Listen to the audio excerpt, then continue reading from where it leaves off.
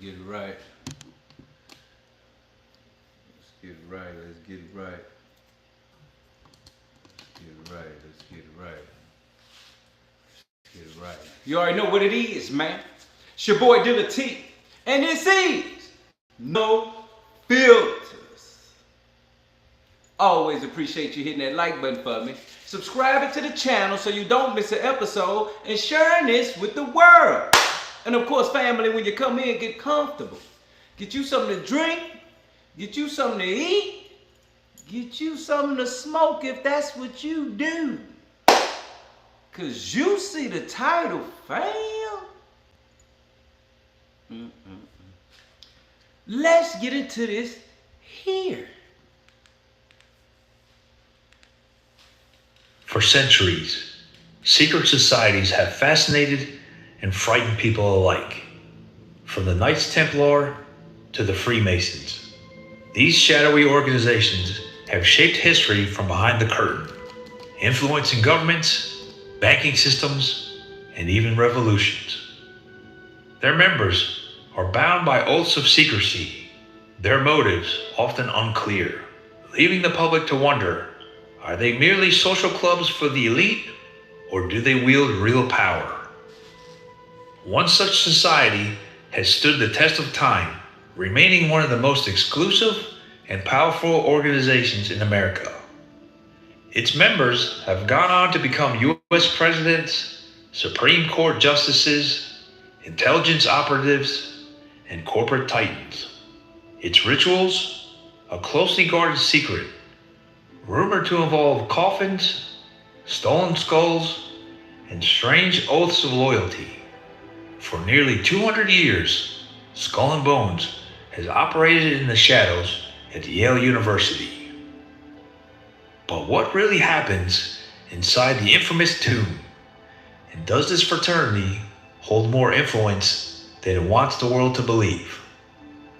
Today, we uncover the truth about Skull and Bones.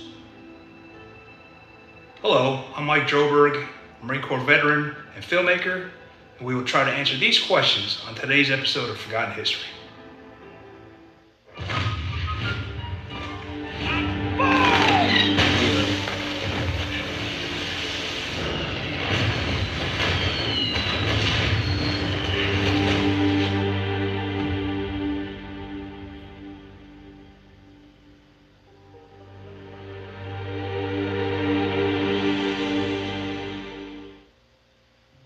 Founded in 1832 at Yale University by William Huntington Russell and Alphonso Taft, the later being the father of future President William Howard Taft. William Huntington Russell was a Connecticut politician, businessman, and educator. Russell was a key figure in shaping the Skull and Bones.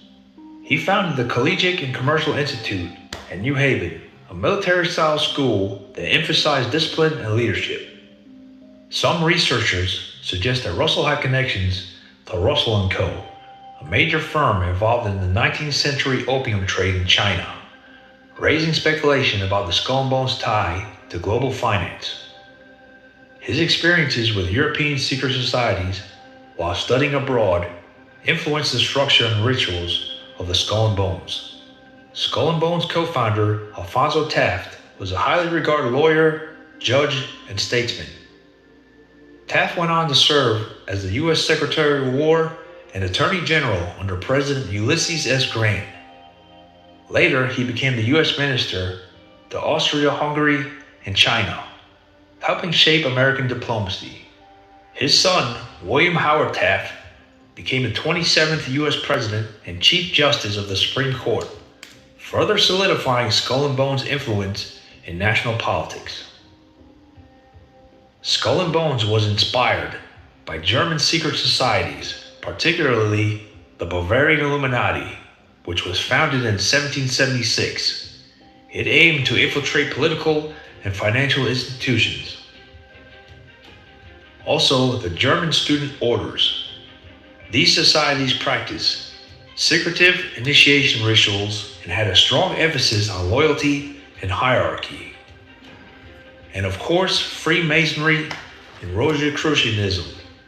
While broader in scope, both organizations had significant presence in Germany and emphasized symbolic rituals, networking, and hidden knowledge.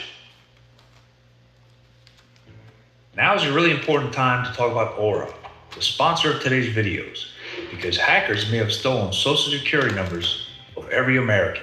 Over 2.9 billion records were stolen from the National Public Data, which offers personal information to employers, private investigators, staffing agencies, and others doing background checks. These stolen records include a person's full name, address, date of birth, social security number, and phone number, along with alternate names. And members of this hacker group have reportedly released information for free online.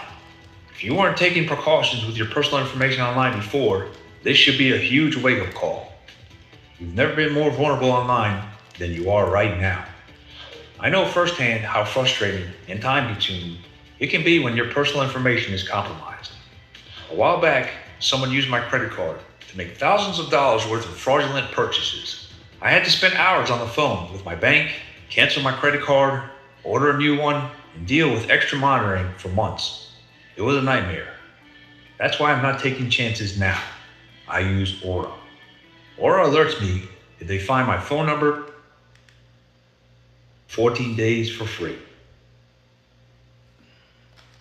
Unlike typical fraternities, Skull and Bones was small and selective, only accepting 15 members per year, a tradition that continues to this day. Their headquarters, simply known as The Tomb, is a windowless, fortress-like building in New Haven, Connecticut, rumored to contain strange relics, stolen artifacts, and symbols of power. But what does one need to do to become a member?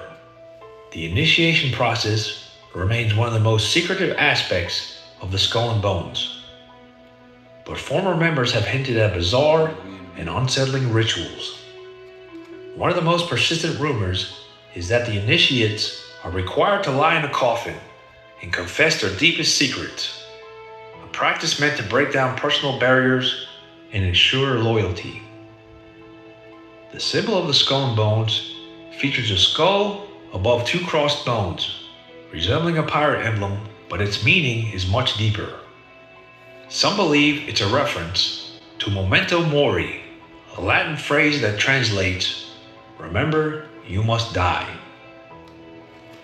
The number 322 is also predominantly featured in Skull and Bones lore and has uncertain origins. Some link it to Greek death cults, such as the Orphic Mysteries and the Eleusinian Mysteries, which focus on rituals of the dead, reincarnation, and passage into the afterlife. These secretive groups performed initiations that were believed to grant hidden knowledge and ensure a favorable fate in the underworld. Others believe the number marks the death of Greek order Demosthenes in 322, a pivotal moment in Greek history marking the fall of Athenian democracy to Macedonian rule. Demosthenes, one of Greece's most renowned statesmen, dedicated his life to resisting the influence of Philip II and later Alexander the Great. As Macedonian forces sought his capture, he chose to take his own life rather than submit, an act that some interpret as a symbol of the ultimate defiance. So for Skull and Bones, 322 may represent both intellectual and political strategy, as well as an unwavering commitment to their inner circle of secrecy and influence, symbolizing the society's commitment to intellectual and strategic dominance. Another strange ritual of Skull and Bones includes drinking from Geronimo's skull. Born in 1829, Geronimo was a leader of the Apache and one of the most legendary warriors in Native American history. He led multiple rebellions against Mexican and U.S. forces, using guerrilla tactics to resist expansion into Apache lands. His fight for Apache independence lasted for decades, making him both a feared and revered figure. Despite his resistance, he was eventually forced to surrender in 1886, spending the rest of his life as a prisoner of war and was relocated from Arizona to Florida, Alabama, and finally Fort Sill, Oklahoma. He died in 1909, but his legacy remains as a symbol of Native American resilience. This is one of the most controversial allegations against the Skull and Bones. In 1918, a group of Skull and Bones members, allegedly including Prescott Bush, father of President George H.W. Bush, are said to have stolen Geronimo's skull from his grave in Fort Sill, Oklahoma. The evidence? A leaked letter from a Skull and Bones archive, allegedly confirming the theft and detailing how Geronimo's skull was displayed inside the tomb. The Apache tribe demanded its return, but Skull and Bones has never publicly confirmed or denied possession of the remains. In 2009, descendants of Geronimo sued Yale University, the Skull and Bones, and the Bush family to return the remains. However, the lawsuit was dismissed due to jurisdictional issues and no conclusive proof surfaced, confirming that the Skull and Bones actually possessed Geronimo's skull.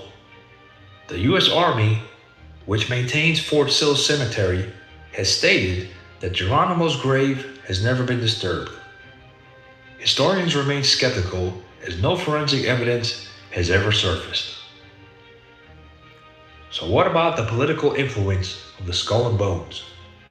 Many bonesmen have gone on to shape the U.S. intelligence community, including CIA directors, national security advisors, and ambassadors. In fact, some researchers believe Skull and Bones played a key role in founding of the CIA itself. Prominent political members. Real quick, double tap that screen for me and like and subscribe to the channel so you don't miss an episode, and share this with the world. Alright? Now look, this was going on, fam. We're here to read the headlines and in between the lines about Skull and Bones. For those that don't know who Skull and Bones is, Skull and Bones is a fraternity. College situation for presidents' kids, congressmen's kids, councilmen's kids, senators' kids, Republicans, Democrats, whatever. Anybody that was in politics, your kids went to Skull and Bones, because I believe that Skull and Bones is a place that you can find out the dark side of the presidency. Let me say that again. I believe Skull and Bones is the place where you early find out the rituals and requirements of a child of a family that's in the presidency or a family that's in politics heavy. 9 times out of 10, if you go to Skull and Bones, you're gonna find yourself in the White House or in somebody's government as an official, something. So we're here to learn, as we have all week, about the Bilderberg Group, Bohemian Grove, the Trilateral Commission, and so forth and so on. So, you know, it all stems from somewhere. And Skull and Bones are one of the places, one of the secret societies where people that make full decisions about you and I's future that deal with this society. And the things that they do with this society is pretty much kind of not good. Okay? So you would wonder why with politics are people that have to make world decisions for you and me of tomorrow. Once again, like we talked about the Trilateral Commission, a bunch of rich people coming together to make decisions for you and me tomorrow because they got it better than you. But they started somewhere. And it started in Skull and Bones. Double tap that screen. Let me tell you something. I had to switch up off the cookies and get that Lunchable a little within. That cheese be thick, but see this cheese right here is Swiss, man. This different, fam. You feel me? This Swiss right here hit different. Hit that like button, double tap that screen. We cooking. Include such people as Averell Harriman, class of 1913. He was a U.S. ambassador, diplomat, and advisor. Harriman played a significant role in World War II diplomacy and post-war intelligence efforts. He was integral in the formation of U.S. foreign policy during the early Cold War years. Another member, William H. Bundy, class of 1939, was a CIA analyst and National Security Council member. He worked for the CIA before becoming Assistant Secretary of State for East Asian and Pacific Affairs, influencing U.S. policy during the Vietnam War. And finally, George H.W. Bush, class of 1948. He was the director of the Central Intelligence Agency from 1976 to 1977 and the 41st President of the United States. He is perhaps the most famous bonesman connected to the CIA. Bush led the agency during a tumultuous time, aiming to restore its reputation post-Watergate. Even the 2004 presidential election saw two Skull and Bones members, George W. Bush and John Kerry, competing against each other. When asked about their membership, both candidates refused to elaborate, brushing it off as too secret to discuss. The Skull and Bones also has deep ties to major Wall Street firms and financial institutions. For example, Brown Brothers Harriman & Co. is one of America's most influential investment banks and has a long standing with Skull and Bone connections, such as bonesmen Prescott Bush and Roland Harriman. Is this merely networking, or does Skull and Bones use its influence to steer global finance? In conclusion, the Skull and Bones has remained one of the most exclusive and secretive societies in America, producing some of the most powerful figures in government, finance, and intelligence. Its rituals, symbols, and membership remain shrouded in mystery, fueling speculation about its true influence. Some argue it's nothing more than a networking group for Yale's elite, a club that fosters strong professional connections rather than a secret power broker. Many believe that evidence suggests otherwise, that the Skull and Bones ties to intelligence agencies, high finance, and global governance allude to something much deeper. Whether Skull and Bones is merely a fraternity for ambitious students or a society with far-reaching influence, one thing is certain: it continues to captivate those who seek to uncover the hidden forces shaping our world. So what do you think? Secretive fraternity or something far more sinister? Let us know in the comments below. Thank you for watching Forgotten History. Please like, share, and subscribe. If you have any comments or show ideas, we'd love to hear from you. Thanks again.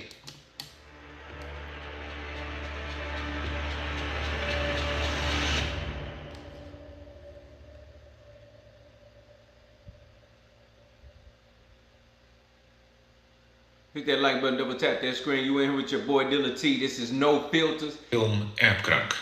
Een van de Become a member propaganda-instrumenten. today. Become a member today. Let me tell you something right now. You might not think you need this information, but let me tell you why. Let me tell you why. Because this is still happening every day. It ain't just happening, then we got George Bush, John Kerry, and all these other people, fam. This is still happening. People are still being initiated into Skull and Bones. And then they finding themselves becoming a president or somebody's, the next president or the next councilman, the next alderman, mayor, whatever the case may be. Point is that this really exists. Now, we about to get into a real video that really breaks down Skull and Bones and everything that's about it. From rituals to everything else. Skull and Bones is a really sick, bad place. It's called Skull and Bones. What are we talking about? You got to be a stupid mother or something to not know that sounds terrible, because it says Skull and Bones. Why would somebody want to be a part of something that says Skull and Bones and not think that some ritualistic bad stuff is going on with it? Ain't nothing about Skull and Bones good. Woo-woo. Nothing. Hit that like button, double tap that screen. Let's go. Is this Paul Lambert? It is. Oh, hello. I'm writing an important paper, and I heard you were a member of this club called Skull and Bones. I'm not. I don't have a comment on that. Our membership is private. The membership is private, and I really can't tell you whether I am or I'm not. Are you serious? Yeah, Oh. But maybe you can tell me, how do you get into Skull and Bones I then? can't talk about it. Or how did it all start? I can't tell you. Okay. Is there anything you can tell me? Now? Okay. I don't mean to be unfriendly, but that's our policy. It's policy of the organization, and so I really, I'm not at liberty to violate it. That boy just asked him, hey, I heard you were a member of Skull and Bones. Can you tell me about it? He said, oh, no, I can't tell you. Why? Because it's private. We're not supposed to discuss it. Why? Because I can't do it. I'm not supposed to tell you if I'm in it or out of it. See, this is the situation we're talking about. And that's somebody government. That's one of y'all mayors. That's one of y'all congressmen in your city like Minnesota where that fool is faking it while people out there losing their life by ICE. And he acting like it's crazy what the government doing, but you walk into his situation, into his office, and the first thing you see is the Baphomet sign, acknowledging him for his services with the government in politics all these years. Let's go. Het geheime genootschap Skull and Bones werd in 1832 aan de befaamde Yale Universiteit opgericht. In hun tempel op de campus, The Tomb, worden nog ieder jaar 15 nieuwe, zorgvuldig geselecteerde leden geïnitieerd. Well, my interest in this whole question of Skull and Bones came about through a student of mine, a fellow named John Lawrence, a bright student, and he had some ideas, and so I pushed him further to do serious research. And he and I both came to the conclusion very soon that much of the information is not very substantial. Secret societies don't leave a lot of paper trails behind them, that's for sure. Somebody sent me a package, and it was the membership list of Skull and Bones. I'd never heard of Skull and Bones before. And I let the package sit for maybe 2 years. This happened about, possibly in the late 70s, about 1980. The package arrived, I let it sit because it had no interest to me. And then one day I probably had nothing better to do, so I started thumbing through the list, and I thought, well, my goodness, this is the establishment. Name after name after name, you know, Bush, Bundy, Mallon, Harriman, all these names were coming out at me. It's called the Skull and Bones Society, and members such as this alumnus we found lurking near the tomb don't like chatting about their society. Nobody's going to talk with you. This is a private club. A private club with a long and mysterious history dating back to 1832. It meets inside a building called the Tomb. Past members have ranged from President Taft to Secretary of War Stimson. And a more current membership list obtained by American Journal reads like who's who. Is it a Bonesman secret? It includes politicians such as Senators John Chafee of Rhode Island and John Kerry of Massachusetts. Then there's Victor Ashe, the mayor of Knoxville, Tennessee, and columnist Bill Buckley, along with top business. Look at it. Ain't none of them along with the Burger King driver in the window, along with Sam Thomas from Burger King, the drive-through window cook. Also, we have Jimmy Knight from Home Depot. Ain't none of them names, fam. It ain't nothing but Senator John Kerry, Bill Buckman from the Washington Post, Jimmy Johnson Joe from the Republican Party. What'd I tell you? Everybody in Skull and Bones got to do with the White House. It definitely ain't Jimmy Knight from Burger King in the drive-thru. Huh? It ain't Dealatofficial. You feel me? Y'all saying? Come on now, fam. It ain't Johnson and them from around the corner. You got to be lo and behold connected, boy. Hit that like button, double tap that screen. You better thank God you ain't in it. Let me tell you that too, because you think you know something, but them people are probably miserable. But it's funny because if it was Lucy now from up the street, then it'd be like, oh man, that's what y'all in, some shit called a tomb. What y'all doing in the tomb? Come on, man. Like, think about it. That's when you get to college and you hear, oh, you know, that's Skull and Bones over there. Y'all over there like, oh, we about to get it. Follow the leader. I'm following you, fam. Let's get it. We about to go to Skull and Bones and turn up. Ain't nobody doing that for Skull and Bones.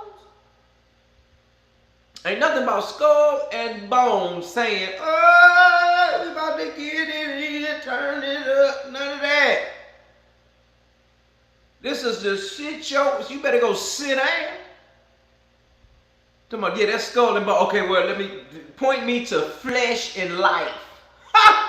Skull and Bones is over there. Yeah, Flesh and Life. Where is Life and Living at? Yes, point me to Life and Living. Yes, flesh and yeah, flesh and heart.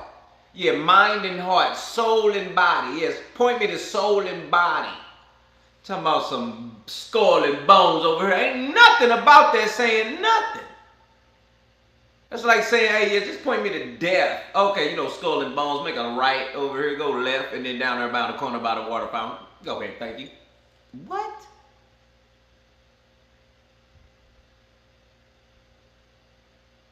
Where's Sam and them out there at the tomb with fam and them at what?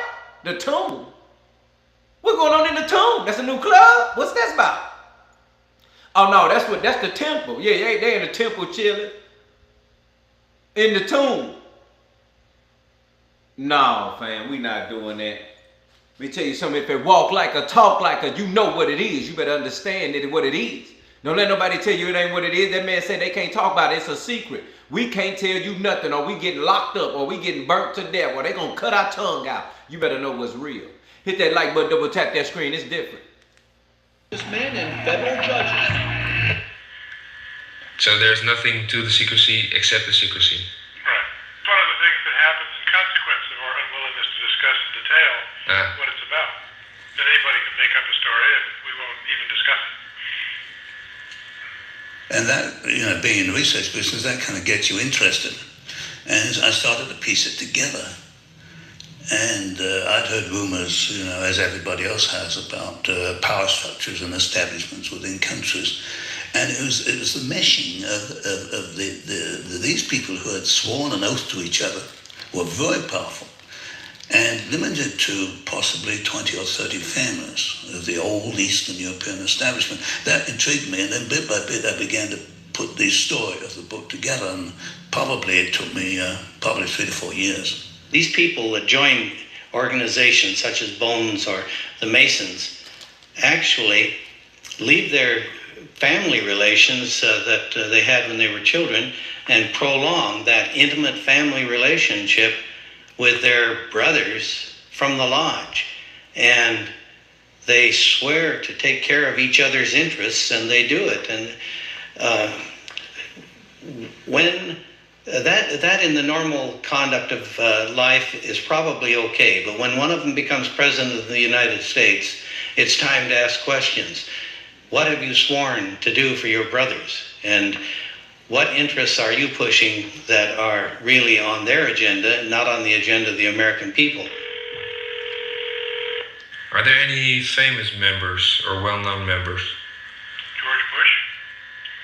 The George Bush? Yeah. But that kind of focus is not of great interest to the members. How do you mean? Because we're much more interested in the personal issues than the external achievement. The best-known bonesman is ex-President George Bush, who, according to tradition, is supposed to avoid admitting he's a member, even when the question comes in the Oval Office. Mr. President, are you a member of Skull and Bones? Okay, you ever met Bush or? Now that's the daddy. That's his daddy. Behind me, but I have met him.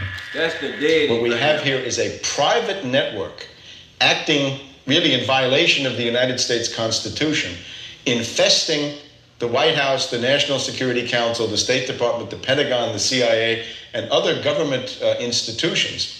And they've been carrying out a policy which was not the policy of the president or the Congress, not a policy that was approved by the voters. They are still the representatives of a long tradition, a 1,000 years tradition, from the Knights Templar through the Illuminati, through the Masons, through the Puritan families, and all of those families that went to Yale, founded Yale, and have used Yale to become powerful.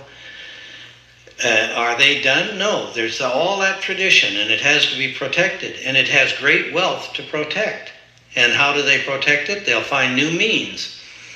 They'll hold offices, they'll hold appointive offices and elective offices, and they will be in charge of huge amounts of money. Do you know how it all started out so long ago? I really don't know much about the history of the group. No, I don't. It's been established for, I think, about 150 years in New Haven by undergraduates and graduates of Yale University. 15 members are elected each year. Basically, personal relationships are the most important product of the years that you spend in relationship to the organization. It's a very personal experience. The core of Skull and Bones is 15 or 20 families. These are old line families. They came to the United States from England about the 1600s, 1700s. And you got the Lords and the Wadsworths and the Bushes.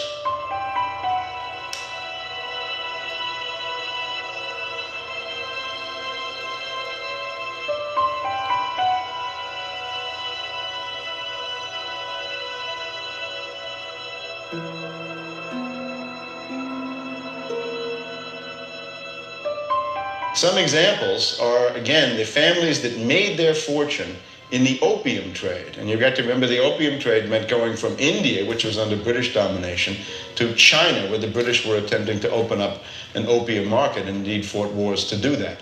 So these are the families whose family fortunes go back precisely to that kind of trade. Then you've got a newer element which arose in the 1870s, the money element, like the Harrimans, which his father was E.H. Harriman, the railroad magnate. So the core, as you go through the early 20th century, is comprised of 15 or 20 families, partially from old line American families going back to the Pilgrims, and partially from money, banking money, that came up through the late 19th century. And how do you get into this club? The ones that were there before choose you. And what goes on during initiation? Nothing very extraordinary, but it's held very closely. You cannot ask to join Skull and Bones. You can't apply. What happens, as I've pieced it together, is that you are watched. See, this is a senior society. So you're 2 years at Yale before you're invited to join, if you're going to be invited. There's only 15 members each year. And you're being watched, and you're being catalogued, and you're being assessed. Hold up, double tap that screen, hit that like button, subscribe to the channel so you don't miss an episode, and share this with the world. Now, trip off this. You can become a member right now. You definitely want to join. Let me tell you something about becoming a member. We're here to save your world. We're here to save your life. We're here to get you to pay attention to in between the lines. We're trying to get you to understand how important it is to understand these things. This man said that for you to become a member of Skull and Bones, they watch you. They literally just watch you. Like, okay, we looking at you. They sit back and watch you. Then they send somebody for you. You can't apply like you for Burger King. No, you can't do none of that. Can't nobody even put in a word for you. They just like, hey, listen, watch him. And you got to understand, especially if you somebody that's already found yourself aligned with them because you know it's coming, then you know you're going to be watched. But in this case, this man is talking, and he's an older gentleman, but the way he's talking, you need to really pay attention. This man is telling you how they operate. And it's just more to know in this world that you live in, that these people are operating like this, and they got a secret society, and everything they do in between, or everything about what they're doing, they're still in control of money, finance, future finance, and your political position in the world. So it's different. Hit that like button, double tap that screen, we cooking. You know, is he a good team player? Is he a good sportsman? This kind of thing. And then the previous year, members of the previous year decide who is going to be tapped, the 15 new members, and then a representative of the last year's cell goes out and they ask, do you want to be tapped, or do you want to be joined or not? Al sinds de oprichting van Skull and Bones geldt Tap Day als een belangrijk evenement op Yale. And the emissaries of the various secret societies would come up behind them, tap them on the shoulder, and say something like, "Skull and Bones, do you accept?" And generally, of course, they did accept. And then, as the people were tapped, they then left the courtyard and proceeded to the vault-like or mausoleum-like headquarters of these secret societies. That, I think, since has been abolished or moved indoors, or somehow is no longer so easy to observe as it might have been, say, 50 or 100 years ago. Initiation ceremony. They have an initiation ceremony. Somebody gets dumped naked in a bath of mud. Well, to me that seems juvenile. And what concerns me is these are the men in which the fortunes and the life of the world depend. This is the part that worries me. I mean, whether you want to go around and do that is your business. You know, you can stay in mud all day long, as far as I'm concerned, and baths of mud.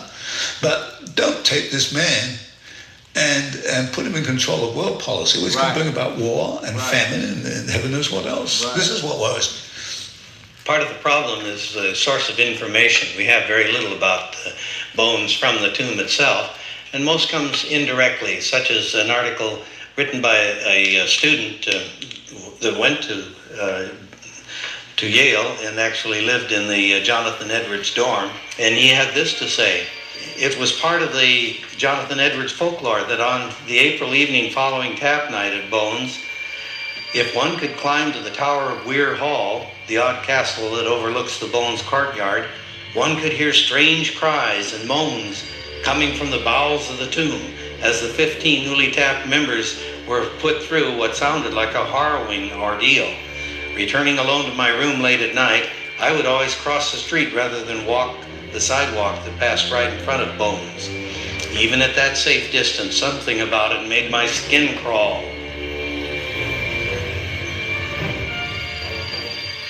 Yes, well, you see, when they're initiated, I think part of the process is that they are leaving this life and being born into another life. And good and evil is part of this duality process. So what really they do is they take a world in which man essentially tries to be good, tries to have good objectives, because basically this is the only reason we've survived as humanity is because most of us have good objectives. They've taken that objective and they've reversed it. And they've made their end to be destruction and death. Not death for the 15 in the cell, death for everybody else. That's the meaning behind the symbolism.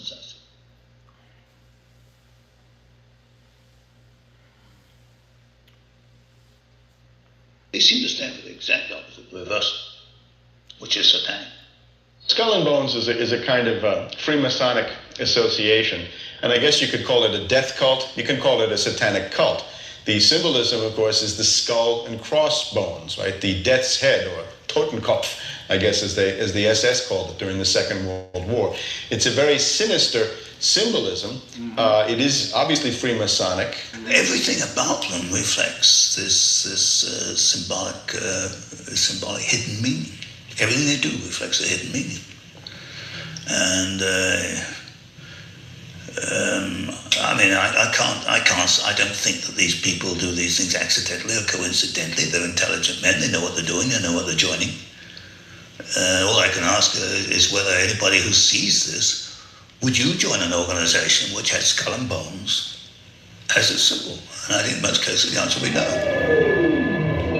Here we have a network of Yale-trained financiers. They're advancing under this pirate flag. They're fresh from their satanic rites, their death cult, and all of the sinister claptrap that they have around this. They go into the United States government. They don't care about the president, the Congress, or the Constitution. They take over these institutions and imprint upon them their own policy, which has been tremendously damaging to the United States and the world.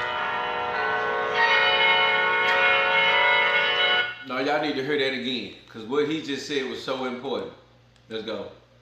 Satanic rites, their death cult, and all of the sinister claptrap that they have around this. They go into the United States government.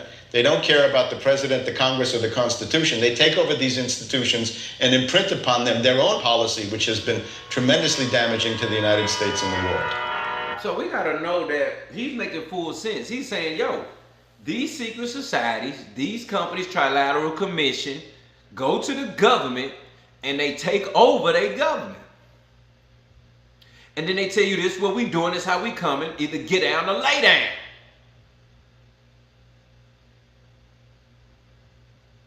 So now you understand why these people are not being phased, why they're not being beat up, why they're not being locked up, none of that, because again, they are really the ones of power. And they making the government line up with the idea of who they are. And it's sad. The government supposed to be saving people, not going with you, not doing that. Hit that like button, double tap that screen, man. It's a real thing right here. It's the fact that that man just said. They go to the, this is what the Trilateral Commission did. I thought they just send out emails and, no, man. They sitting there pulling up on G's. Yo, this what it is. This who we is. We Skull and Bones. We Freemasons. We the Trilateral Commission. We everything in between. And y'all gonna line up, or you gonna get out there, or we gonna put you out. That's what's being done.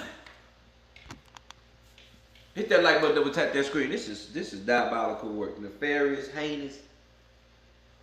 Woo! Let's go, fam.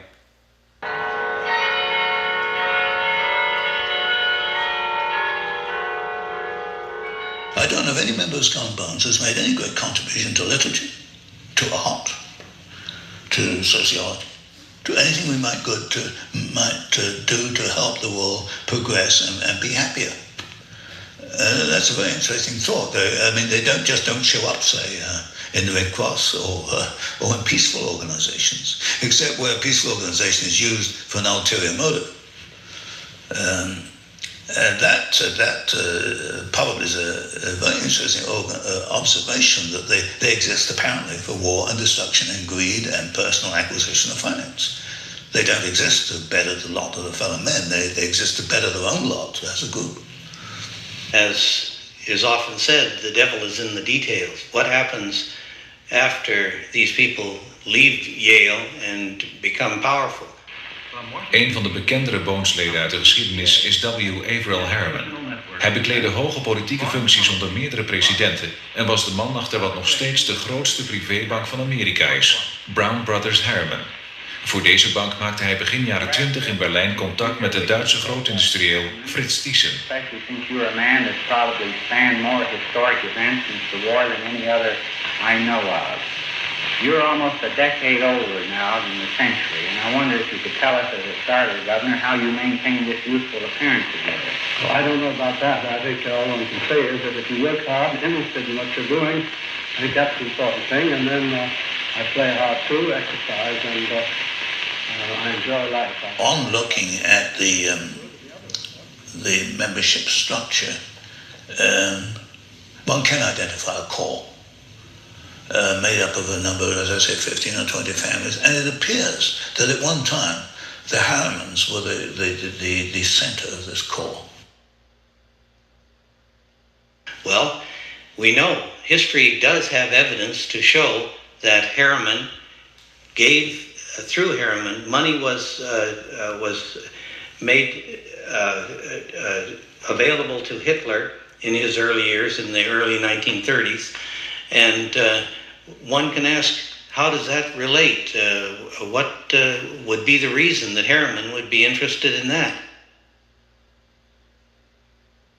The Union Banking Corporation was established formally in 1924 as a unit in the Manhattan offices of W.A. Harriman and Company, interlocking with the Thyssen-owned Bank voor Handel en Schipvaart in the Netherlands.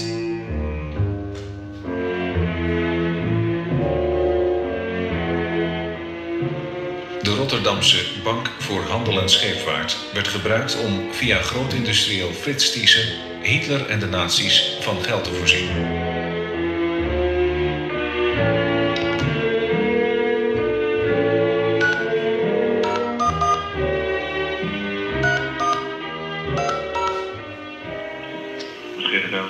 Mr. Alders.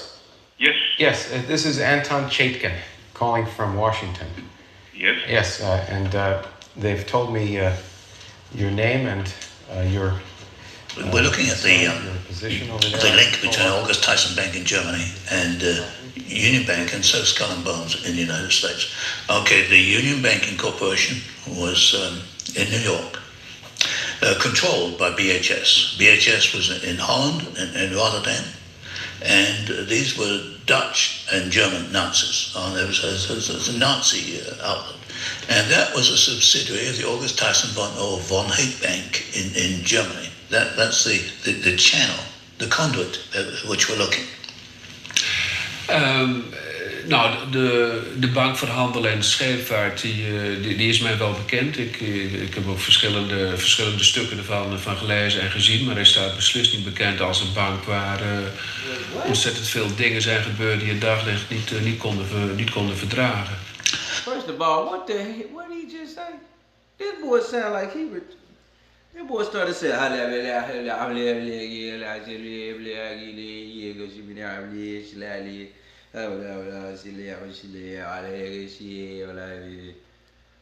what? Cause who wanna hear that? Candy Girl Pink in the building, hit that like button, double tap that screen, cause I ain't getting nothing he said. Just don't sound, just don't make no sense. No sense whatsoever. Let's go.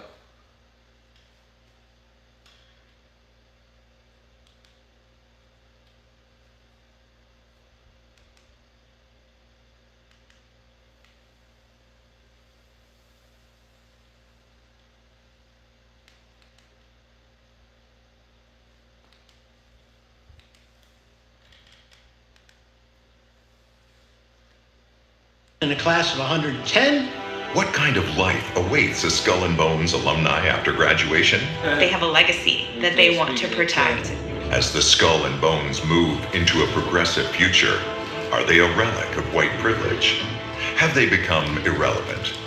Or is that just what they want us to think?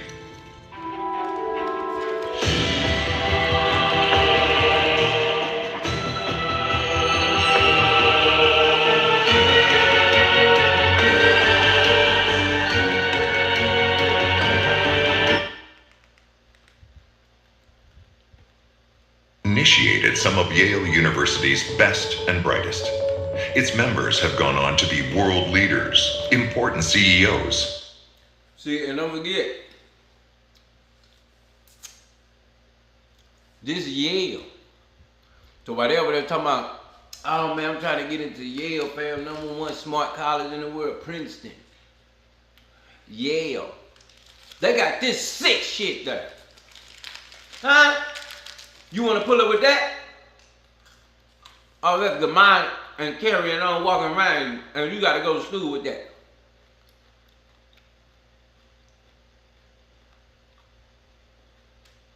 Hit that like button, double tap that screen. That ain't making no sense. Let's go. And even presidents. If you were a Skull and Bones member, your career after university would likely lead you into some pretty high offices in both political and business. Given it is an elite organization within one of the most elite educational establishments in America, that is not surprising. The names of Skull and Bones members, they include President William Howard Taft. They include at least 2 other presidents, George H.W. Bush and his son George Bush. In business, J.H. Heinz, Percy Rockefeller, Averell Harriman, they were all Skull and Bones members. There's all sorts of reasons why you might want to join a society, let alone a secret society, especially one that's selective. You are the chosen one. Whenever you have an in-group and an out-group, so within the circle of that society and everybody else who's outside of it, you can take others and you start seeing them as different and potentially as lesser. This is what leads to racism, to wars. Some of the interesting conspiracy theories that I've heard about Skull and Bones are stories about grave robbing, stories about mud wrestling, interesting initiation tactics. The question we need to ask is, what exactly are they keeping secret? This is such a small group. How do they come out the other side of this tiny initiation cult to become some of America's top leaders? New Haven, Connecticut, home to Yale University. Founded in 1701, Yale is one of 9 American universities chartered before the American Revolution. The school has produced 25 Nobel laureates, 55 Pulitzer Prize winners, 404 Olympic athletes, and 5 U.S. presidents. Hold up, that nigga just said 404 athletes. So that's probably all of the Olympic people right there. USA, all of them just off the rip.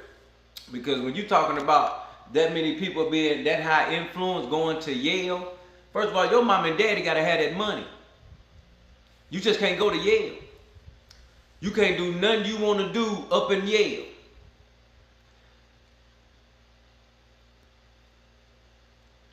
Mud wrestling? Grown men in there mud wrestling.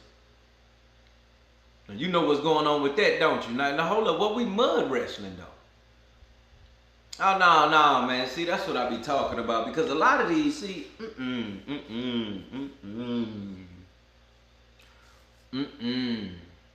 ain't no man mud wrestling with me. We Macho Man Randy Savage off the top rope. That's how I'm coming. But we definitely ain't doing no mud wrestling, tangling and wrangling and swinging and all that. What? No, dirty. This full clothesline. You feel me? This ain't number. You feel me? You feel me? You feel me? Straight WWE, fam. Ain't no way, yeah. If we ain't coming off the top rope with the Macho Man hand, or if we ain't coming with the Hulk Hogan leg drop, you feel me, fam? If we ain't coming with the Ultimate Warrior, I don't want to hear it, fam. Ain't no mud wrestling, ain't no water wrestling, ain't no wrestling unless it's WWF. You hear me, boy? I don't want to hear none of that. Hit that like button, double tap that screen. It's a real thing. There's no way that you can hear stuff like this and think it's normal. It's not. That's not normal. Like what we mud wrestling for. Like what we trying to prove. Is we using knives? Is we fighting for survival? What we doing? Let's go. Are they keeping secret? This is such a small group. How do they come out the other side of this tiny initiation cult to become some of America's top leaders? New Haven, Connecticut, home to Yale University. And then think about that too for a second, fam. How is it that they are able to be the world leaders?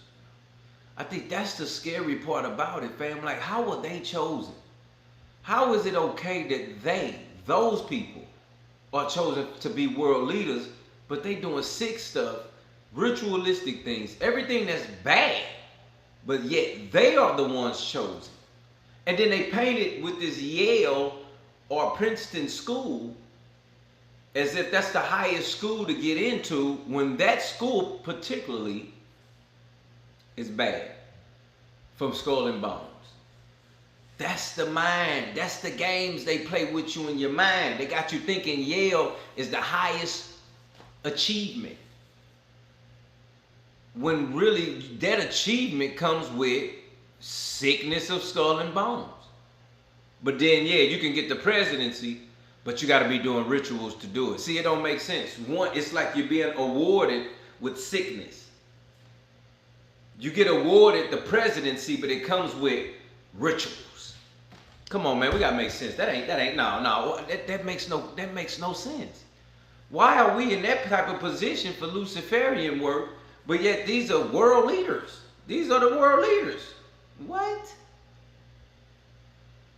These people should be doing the graveyard shift at the cemetery, digging up everything, making sure stuff done. They shouldn't ever have a fast food job. They should only be doing nothing but cutting grass. Cause why y'all doing nefarious work like that and then being chosen as a president? No, that's how you know the world is set up badly. That's how you know the world is of the devil. Cause that right there just right there tell you what it is. You join Skull and Bones by being chosen, and when you're chosen to do the presidency. But it comes with every ritual of sickness going on. But then you're awarded the presidency. You awarded the Senate. You awarded congressmen. Come on, man. You got real people really thinking this is the way to go. Until we start finding out all of the loopholes. That's all bad. So tell me, how do we picking presidents out of that group? Hit that like button, double tap that screen. We cooking in here. Founded in 1701, Yale is one of 9 American universities chartered before the American Revolution. The school has produced 25 Nobel laureates, 55 Pulitzer Prize winners, 404 Olympic athletes, and 5 U.S. presidents. 5 Englishmen US and merchants who sailed from... Man said 5 U.S. presidents. What? 5. 5 U.S. presidents then came from this 6th place. And y'all want to know why the world tore up and corrupt. London, hoping to get a port city where they could have their business as well as their religion.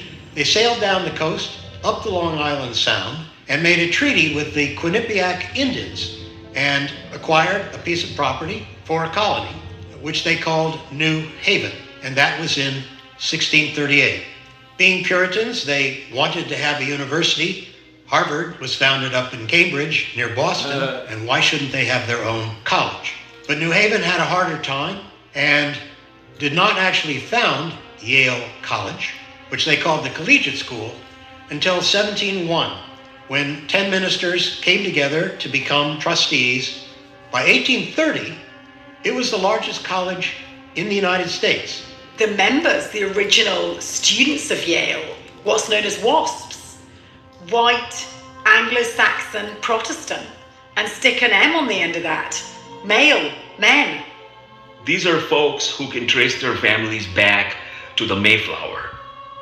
You can't overemphasize how difficult it is to get into Yale. So, for instance, in 2021, Yale admitted 2,169 students out of almost 47,000 applicants.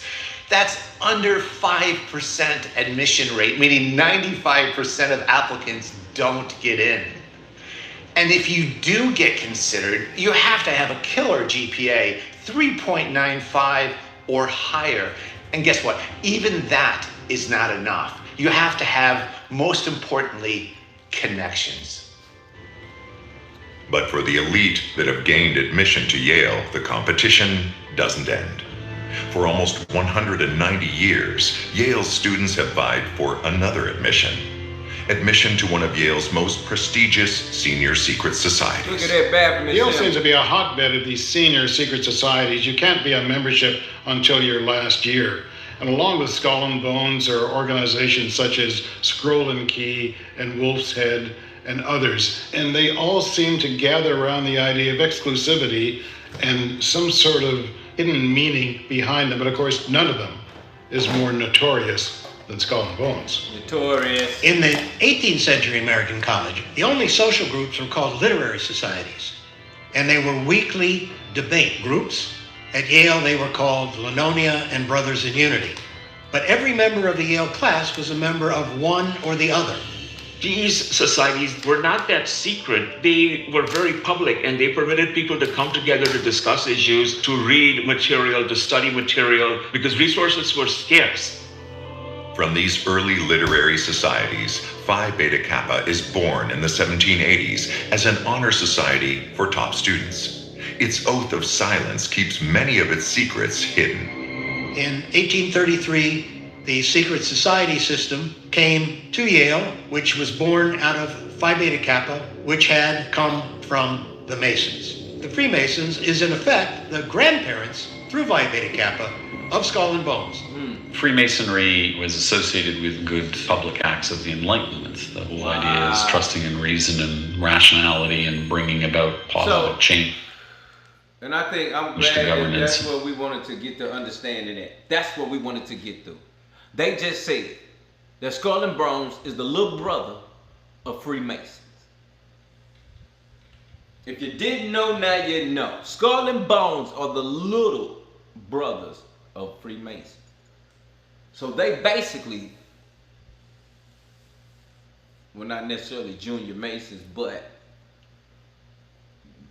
excuse me, basically becoming a Mason in college. Basically what they tell you when you get with Skull and Bones, you basically becoming a Mason in college.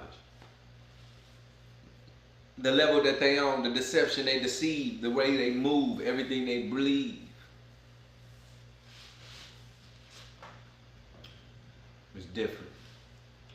And I'm glad we got to that point, because tomorrow night it matters even more on how we're going to open up that can right there, because again, at the end of the day, we're here to inform, understand, and be aware that if it walk like a, talk like a, you know what it is, and it's duck hunt season all seasoning.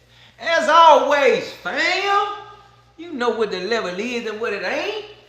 Right here with your boy Dilla T and my fam right here in No Filters. As always, fam, I appreciate you pulling up, getting the topic, pulling up, reading the headline with me and reading in between the lines, that if it walk like a, we understand, and we here to inform, understand, and be aware that if it walk like a, talk like a, damn it, it's a duck. And it is what it is, fam. As always, I truly appreciate y'all coming in here, man, making time for your boy Dilla T and my family to just understand what's going on, to have an ear to hear, but also wanting to know and actually asking questions about tomorrow and what's going on with our society, fam. I truly appreciate each and every one of y'all just caring, and each and every one of y'all making sure that your support goes a long way, hitting that like button, double tapping that screen, subscribing to the channel so you don't miss an episode, and sharing this with the world. And of course, family, when you come in, get comfortable. Make sure you get you something to eat, something to drink, and something to smoke if that's what you do. Cause you see the title, fam. You in here with your boy Dilla T, my fam. And this is No Filters. Good night, family. Y'all be safe, lock your doors. Become a member today. God bless.